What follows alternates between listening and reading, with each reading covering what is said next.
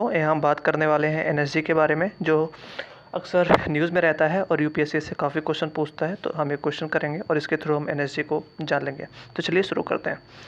देखिए, ये क्वेश्चन क्या है। क्वेश्चन कह रहा है कि what is the consequences of a country becoming a member of nuclear supplier group. मतलब जो एनएसजी की मेंबर कंट्रीज़ होती हैं उनके क्या कॉन्सिक्वेंसेज है। तो आप इस वीडियो को पॉज करिए, आप इस क्वेश्चन को करिए, फिर आप इस क्वेश्चन को देखिएगा कि आपका सही है कि गलत है। तो चलिए देखते हैं। जो पहला है स्टेटमेंट, वह कह रहा है it will have access to latest and most efficient nuclear technologies. तो यह बात बिल्कुल सही है। जो एनएसजी की मेंबर कंट्रीज़ होती हैं वो ऑब्वियस सी बात है कि latest and most efficient nuclear technologies को एक्सेस कर सकती हैं। जो दूसरी बात है वो कह रही है it automatically becomes a member of the treaty on the non proliferation of nuclear weapon. मतलब जो एनएसजी की मेंबर कंट्रीज़ हैं वो अपने आप ऑटोमेटिकली एनपीटी की भी मेंबर बन जाती हैं। तो जी नहीं या नहीं है, तो यहाँ पे ऑप्शन जो एक है वो बिल्कुल सही है।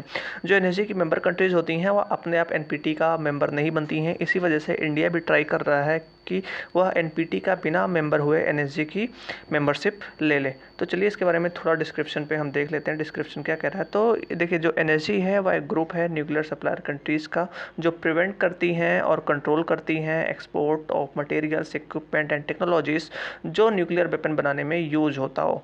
ये जो इसकी स्थापना हुई है वह 1974 में हुई है। इसमें 48 मेंबर कंट्रीज़ हैं और 5 जो रिकॉग्नाइज्ड स्टेट हैं वह यूएस, यूके, फ्रांस, चाइना, रसिया, जो आप जानते भी हैं।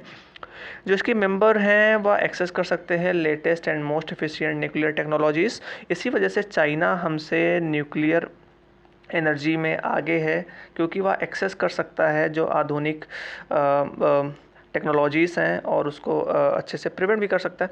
तो वो इसलिए क्योंकि वह एनएसजी का मेंबर है। अगली जो बात कही जा रही है वह है if a country become a members of NSG. वह इसका बिल्कुल भी मतलब नहीं है कि वो अपने आप ही एनपीटी के मेंबर बन जाए, और इसीलिए इंडिया ट्राई कर रहा है एनएसजी का मेंबरशिप लेने के लिए विदाउट एनपीटी साइन किए हुए।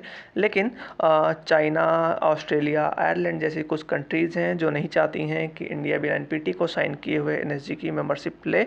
इसी वजह से हमें एनएसजी का मेंबरशिप लेने में कुछ अड़चनें या दिक्कतें आ रही हैं या हम नहीं ले पा रहे हैं। तो थैंक यू। बस एनएसजी के बारे में आई होप आप जान गए होंगे। हम मिलेंगे कुछ अगले ही ऐसे ही सवालों के लिए। तो bye bye, tata, thank you.